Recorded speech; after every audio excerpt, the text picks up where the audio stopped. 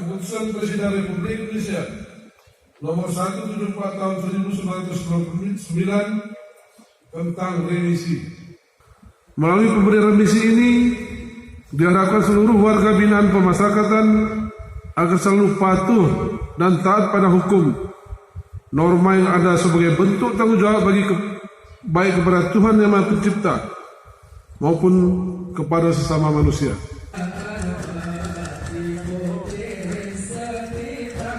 Para bagian tengah,